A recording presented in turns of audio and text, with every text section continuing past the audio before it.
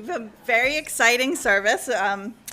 Just good morning and welcome to the Unitarian Universalist Society of Middleboro, a church that put loves at the very heart of our lives together. My name's Kelly Lownds, and I'm the Director of Religious Exploration, and I'm very excited to have three of our youth here today. If you're new here, we're so glad you've chosen to spend your morning with us. I'm inviting you to sign one of our guest books, which is up in the parlor probably, at our entry. And you can fill out a pew card, again, upstairs. We'll find you one if you have to. And we hope you find it a comfortable place here, and we want to learn more about how we can serve you. Turn off your cell phone so you don't miss a word or a note and enjoy this service. We're more than just a Sunday summer morning church. There's a lot that goes on in our programs, and you can look at UUMiddleboro.org to find that. And I offer to invite you for conversation after we're all done. We'll have a chat if you're interested. The youth will stick around for a little bit because I'm driving them home. And so I have a little control over that. And I want to extend a welcome to our local television viewers. We're very glad you're here with us today. And if you can join us on a Sunday morning, we'd love to meet you. You can learn more about us on our church website, again, at UUMiddleboro.org. All right. So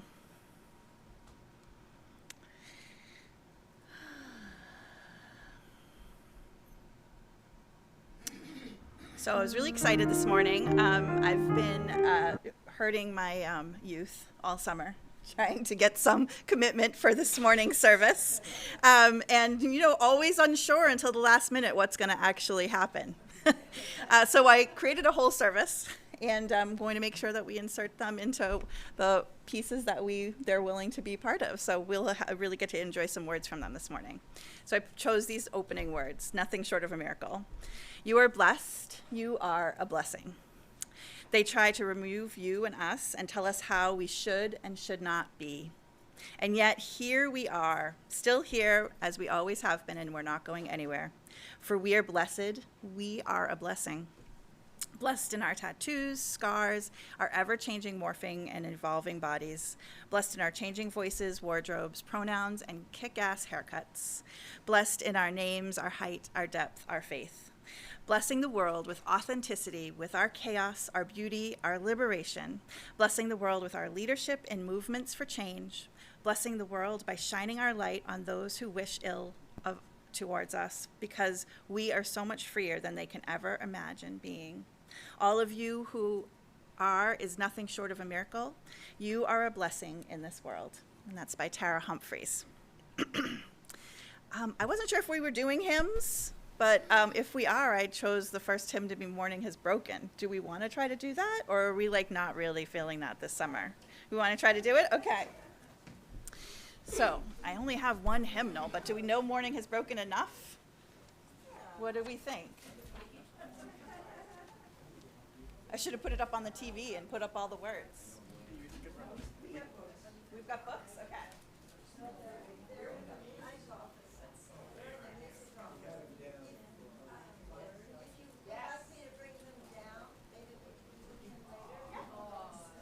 And we could join you out there and help you. Great. Grab books. We want to.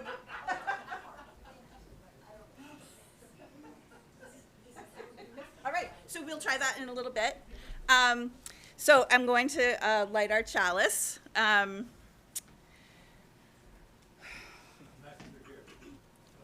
Oh, there's matches? Oh, okay. Okay, I was going to pull my matches out. I have some myself.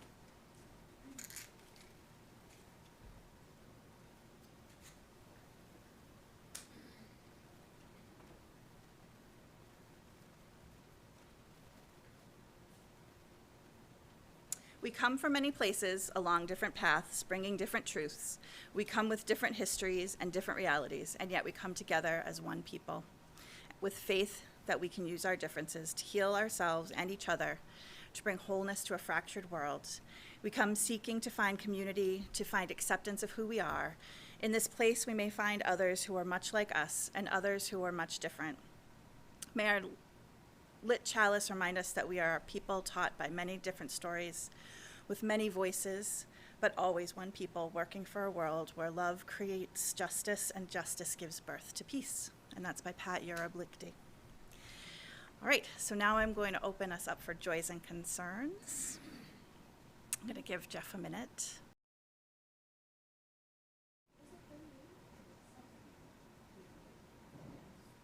All right, so we're going to get started.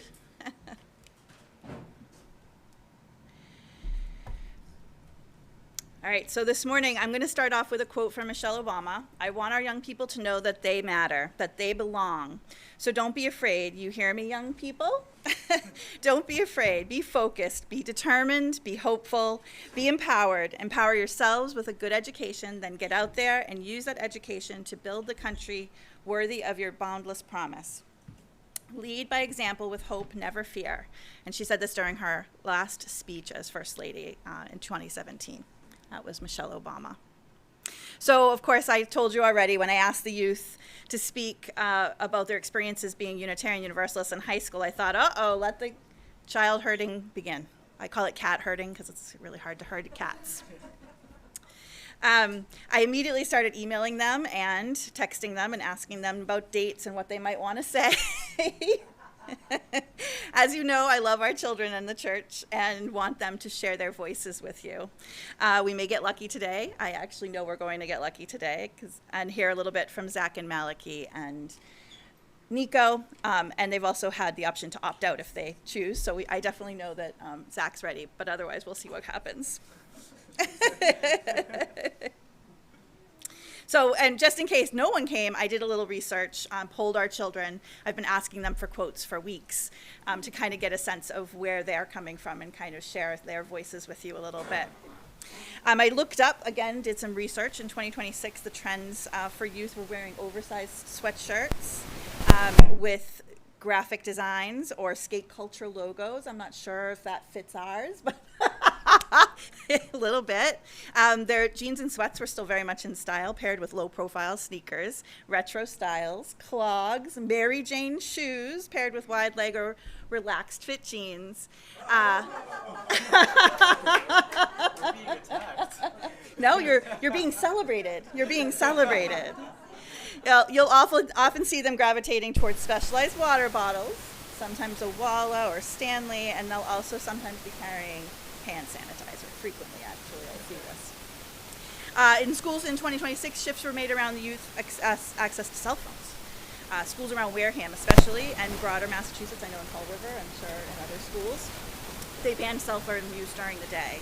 Children have to lock up their phones for the day in special pouches and obtain them back at the end of the day. As a result, the students are learning to cope with relying on analog activities. There's been an upsurge in things that involve hacky sacks. I can't believe that hacky sack is back, although I didn't see it much here. A little bit with our younger kids, as a way to take time away from their screens. There's also a difference in how they're presenting learnings, right? So we're not just doing PowerPoints and reports, right? Some of them are making TikToks to be able to teach other people what they've learned. And there's this thing called Discord, which I still have not accepted, but I'm always being told by Jessie that I need to embrace Discord and take it on. So, but they're showing their learnings through some of these different ways and different platforms. So again, I think the cell phone banning is super important. And I think any of you here who really can support that in your lives with any children around you, you want to make sure that you don't have cell phones at the table, don't have cell phones at the restaurant, don't have cell phones. Kids need face-to-face contact from the time they're born. And cell phones take us away from that, right? You see parents like looking at their cell phones, you see kids getting onto screens. We have a lot of youth in this church who didn't get cell phones until they were like 14, 15. But, they're like, when am I going to get a cell phone? But their parents recognize how important it is for them to be able to function without them. So that's a total aside. I'm sorry I went down that road, but it's really important. And I really appreciate anyone who does take the time to, be like, can we just have a conversation? Let's go for a walk. Let's play a game. Let's, again, keep the cell phones away for just a little while, right?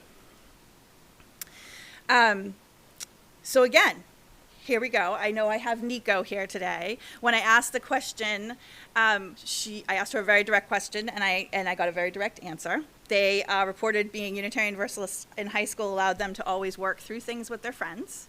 they brought many friends here to church. I think all of you will have recognized that and seen that in our youth group and in different times. And they always appeared to enjoy themselves and the experience that they had. And I think Nico might be willing to get up to speak a little bit about their high school experience. No? Changed your mind? Okay, come on.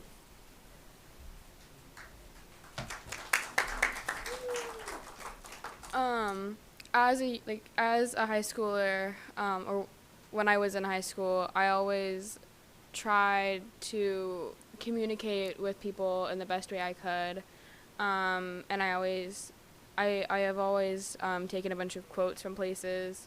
I have quotes on the back of my phone, and I feel like just like having like an attachment to like a specific quote really helped me like just make the decisions that I knew I wanted to make.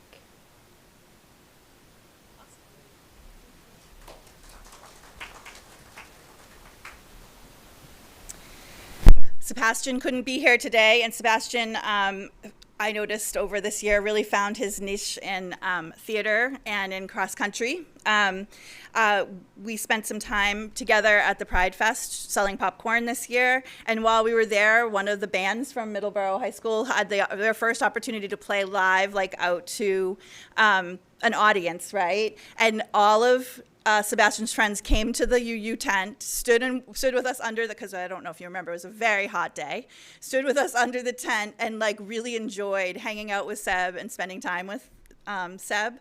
It was really nice to see. I don't get to see you guys outside of church very often.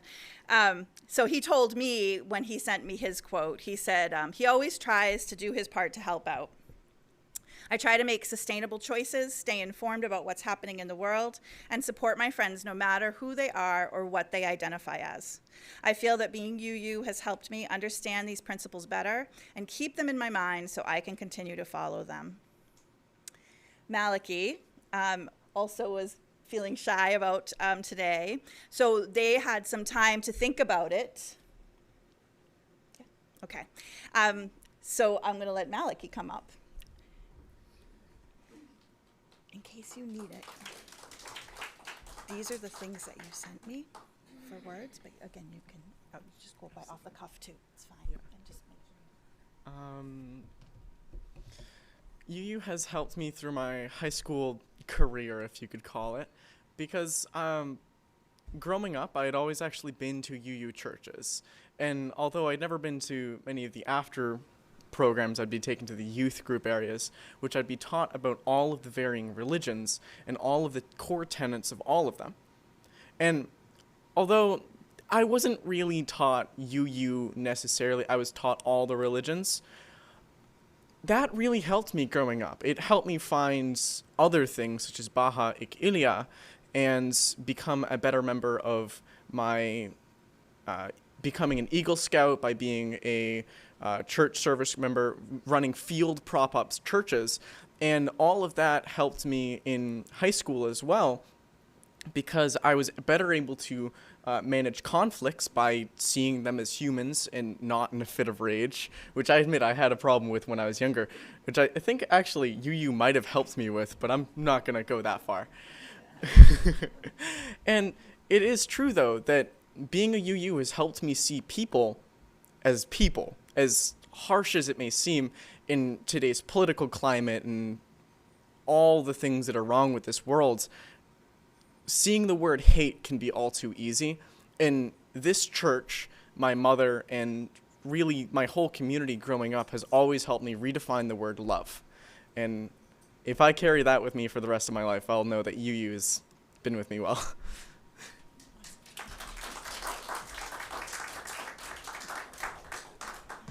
Thank you, Malachi and Nico.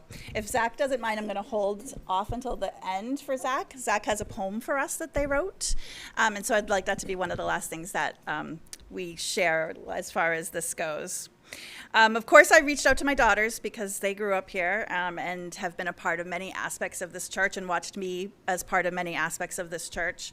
Hope told me, I think it's interesting to be able to explore your faith in a safe place once you're old enough to understand what you want for yourself.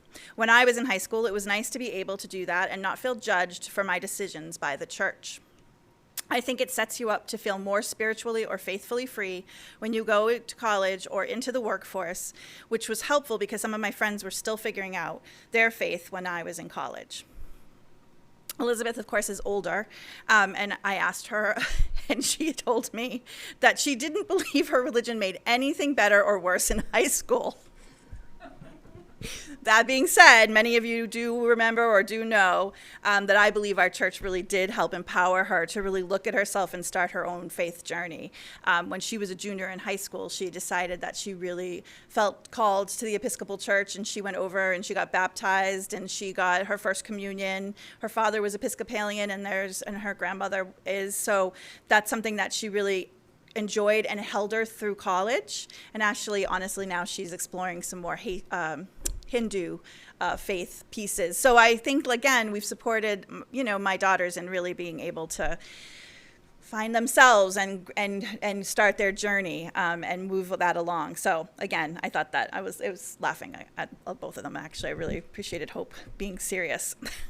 But I didn't just listen for the high school kids. I did actually reach out to all of our kids. And so, of course, no surprise, I got definite responses from Emmett and Eamon. There are younger children, right? But we know how mature both of them are becoming. And so Eamon just finished up his time at Cardinal Cushing Schools this year, and he's going to be entering a new school next year. He was super grateful to be leaving, as he had a very strict dress code and was interested in expressing himself in different ways with his clothes, his dress. And some of you may have seen him experimenting with nail colors at the end of the year. He was definitely showing us all his nail and toe colors and trying different colors. So it was very interesting. And he said, as a Catholic school student, a huge majority of people didn't agree with me on LGBTQ issues. He found that the school was very much not accepting of other people's opinions. And that's definitely something I saw for him this year. It's definitely something that was part of this last year of his time there. Emmett went into a new school, Rising Tide, and he's done a lot of leadership stuff over the summer, apparently. So he's pretty self-aware, and he's starting to be able to take some responsibility for himself, because I think we've seen Emmett on a different road for us. He feels that his school currently welcomes everybody, and they make a big deal out of that. But he also reported that the school definitely has racism and bullying, but he feels that's just middle school, and all middle schools have that, which, watching, again, my girls go through school, and I think all of you here, we've shared that a lot with each other. That's definitely something that goes on and happens. I wanted to just make sure I said that I feel like we're super important in our children's lives. Their parents have chosen this church, and they're looking for a spiritual community, and these children definitely are impressed when we talk to them. And sometimes, like, if we're quiet around them, like, I know my Hope, like, I was kind of shocked she said what she said, because she used to be like, everyone's judging me all the time. But I know that's not true. Because now she looks back, right? And we were this welcoming, kind place where she was able to really be herself. So I really appreciate it when you're curious with our children, when you're asking them questions, when you're asking them about their lives, caring for them as they're running through, not getting mad when they bump into you because you know that they're a little wild after my church school classes. They have a lot of things that they're doing outside of here. They're learning how to organize their schoolwork, they're learning how to organize their personal well-being, they're learning how to master all of that, and build relationships with teachers, with us. I'm going to be doing coming of age this year, so I'll be reaching out to people to try to be mentors for our younger children. So we're going to be seeing Emmett and Lily and all of them go through coming of age this year, which will be really exciting. And so they're learning how to have all of these ways to manage school and not get burnt out. So we can ask them about learning. We can ask them how they're organizing themselves. Katie McGinty is so awesome when she comes downstairs, and she really spends time listening to them. She has a lot of lived experience with her ADHD and her autism. She shares that very openly, and she sits with the kids and she really listens to them, and she really gives them strategies. And if she thinks that of something when she's not here, she brings it in the next week, and the kids really listen to her and really feel. So we're making a difference. They all the time that you're talking to them, we're really making a difference for these kids. And I know others of you have recognized our youth and the children's interest and encouraged them. I'm always excited when Jeff Stevens stands up with Nico to do the songs at the beginning and always welcomes them as part of being a song leader, right? I always see that happen. And I know that Nico always appreciated it because Nico loved to be up with the choir and didn't always have time because I stole them as a babysitter. A lot of you talked about social ventures with like Lily and Malachi and the kids who are going out and standing for social action and take time to really listen to them. So I really always appreciate that too. And recognize again the nature of our children. Some of their sports stuff, some of you have experience there and you encourage them and have them, those conversations. I think it's super important. So I'm going to have Zach come up and share their poem with you, and then we will move into our kind of wrap up, and we'll try to sing Morning Has Broken.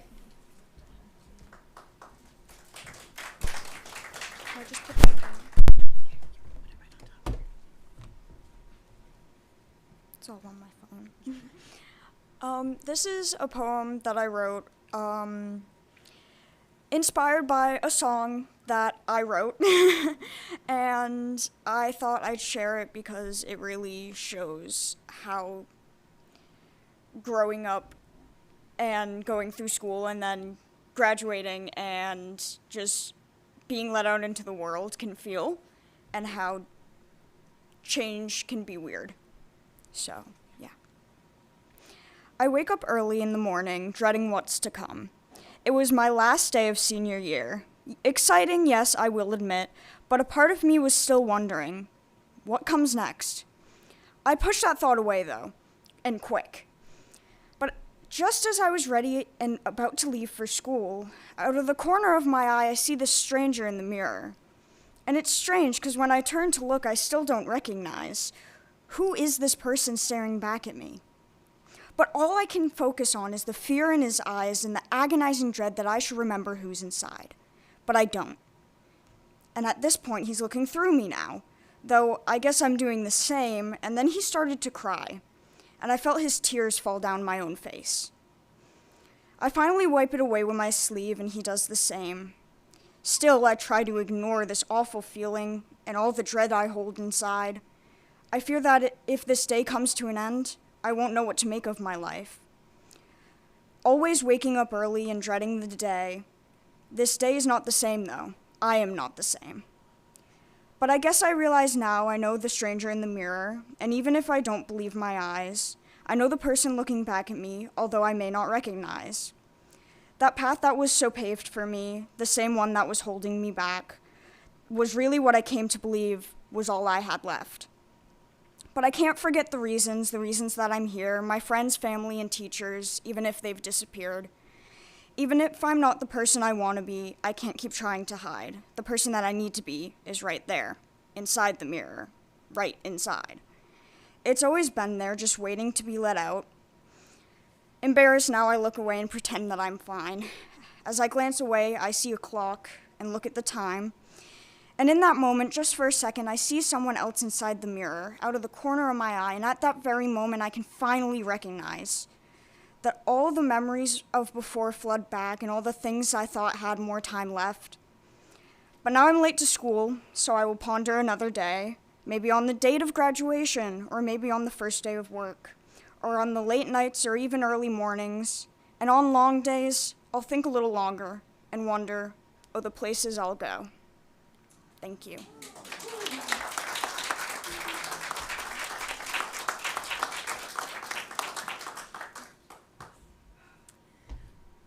All right, so we'll sing our hymn. Oh, we'll do the collection.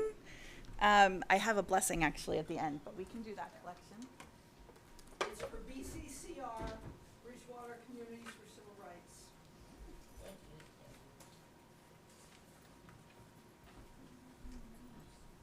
Good job, guys.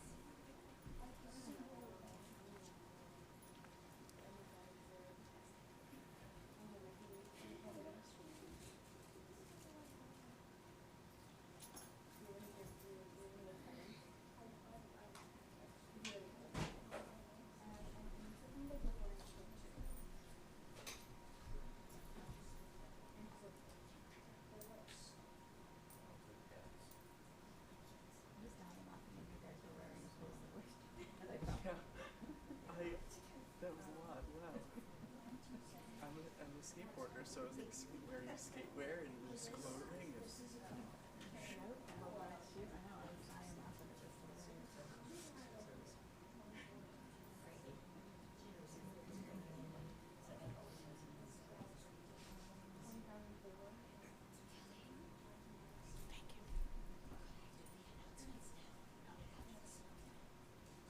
All right, so we're going to try to sing Morning Has Broken. And then I have some final words before I do the chalice. It's number 38.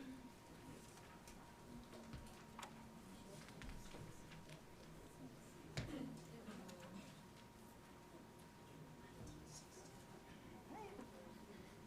you guys want to stand up?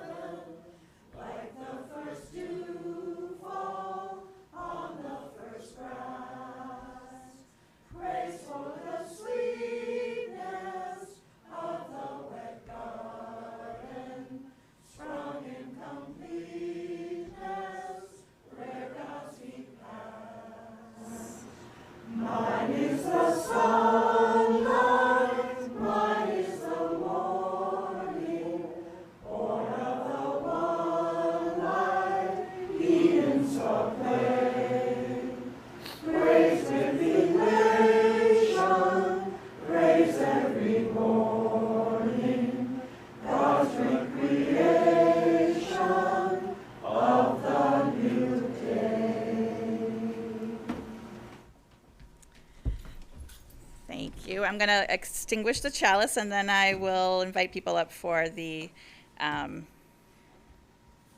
announcements.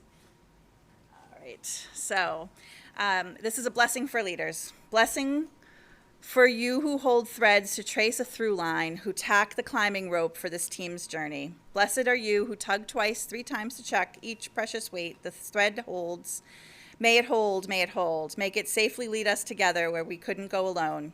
Blessed are you who weave your thread with many others to welcome, to warm, a warm blanket, a tapestry, a climbing rope, holding history, guiding the journey, a square with mat and shine to rest beneath a warm bowl of food. Blessed are you in your picking up and your settling down, letting others join and weave, or letting this design muddle or rest in the background for a spell. Nothing is lost, all is love. You are still a weaver, there is still warmth and bread. In every culture, to dance is to trade places. Bless your intention to love, to comfort, to draw close, to weave beauty, coherence, symmetry, to yes, all masterpiece contains flaws, a broken and inscrutable beauty we did not create, nor can we remove. No weaver works alone. No weaver works without ceasing, but the great weaver seed movement, flourishing, rest, unraveling, rebirth. Each climber stops to feel the wind's embrace, to admire the trail, to rest, eat, reorient, tending to be what is sore, allowing inspiration to unfold, rarely in words, but in color, in pattern, in the nostrils, in the tips of our fingers, in yearning and rest. What we sought finds us, by Kai Flannery. I want to thank our youth for coming today very much, and now there's time for announcements.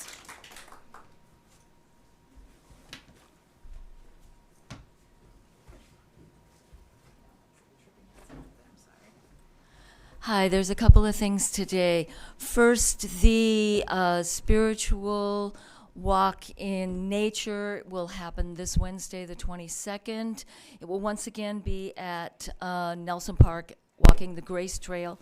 We'll meet here at the church at 10:30 to carpool, or at Nelson Park at the corner of Water Street and Nelson Street at 11 o'clock.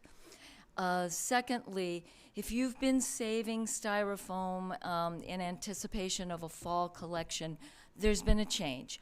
The company, Insulation Technologies in Bridgewater, has closed. So if you have saved styrofoam, you need to bring it to me. Don't I sound excited? Bring it to me next Saturday, the 25th. I'll be here from 11 to 12:30, or Sunday at service on the 26th, and I will get it over to Bridgewater. They are only accepting styrofoam through July 30th.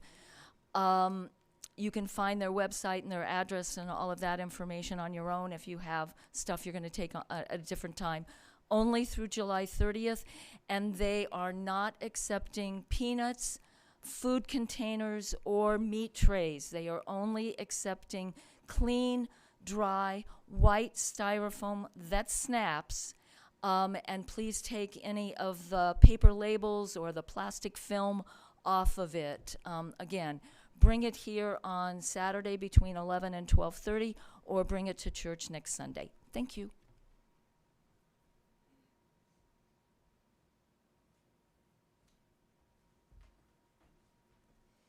Hi.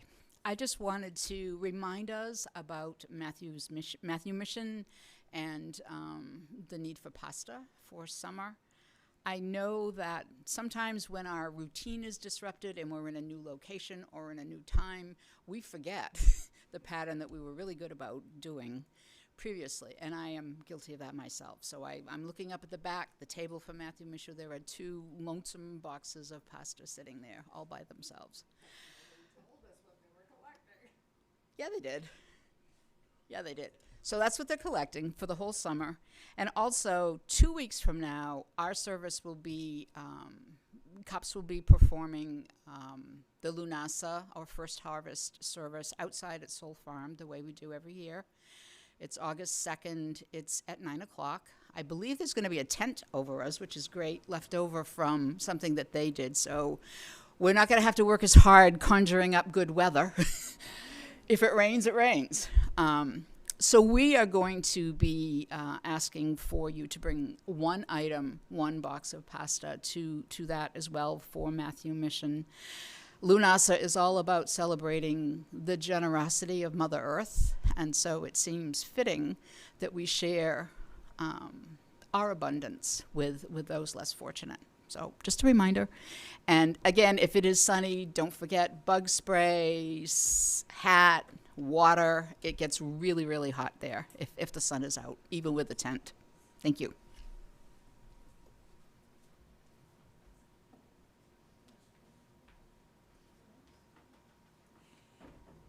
Next week, the social justice team is sponsoring a service led by Christina Hughes, who founded Indivisible Middleboro.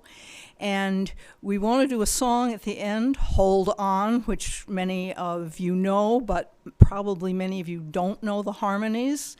And so I'm hoping we might be able to have a little rehearsal after this to go over the harmonies and make next week's song a fuller experience.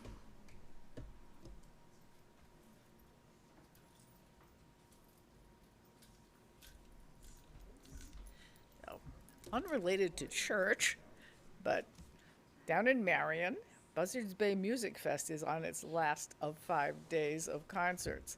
Today they're having 2 short pieces, one by Beethoven, one by Mozart, and Beethoven's 7th Symphony. They have excellent musicians. The concerts are free. It's in Tabor Academy Auditorium on Front Street in Marion. And they are 2 o'clock. musicians. Huh? 7:30 tonight. 2 o'clock on Sunday. Oh, that's right, we're already on. Yeah. I've missed a whole lot of these because of the smoke. Yeah, I've so not been able to be outside the house. yeah, the other concert, Wednesday through Saturday are in the evening, and then Sunday's 2 o'clock in the afternoon. When is the end of the series, Nancy?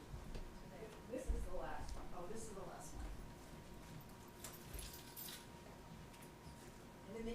addition, today you can go out and stand on the dock and look at all the marine life beneath you, and then go back into your more wonderful music. Yeah, there it is there. All right, I guess we're done. Thank you.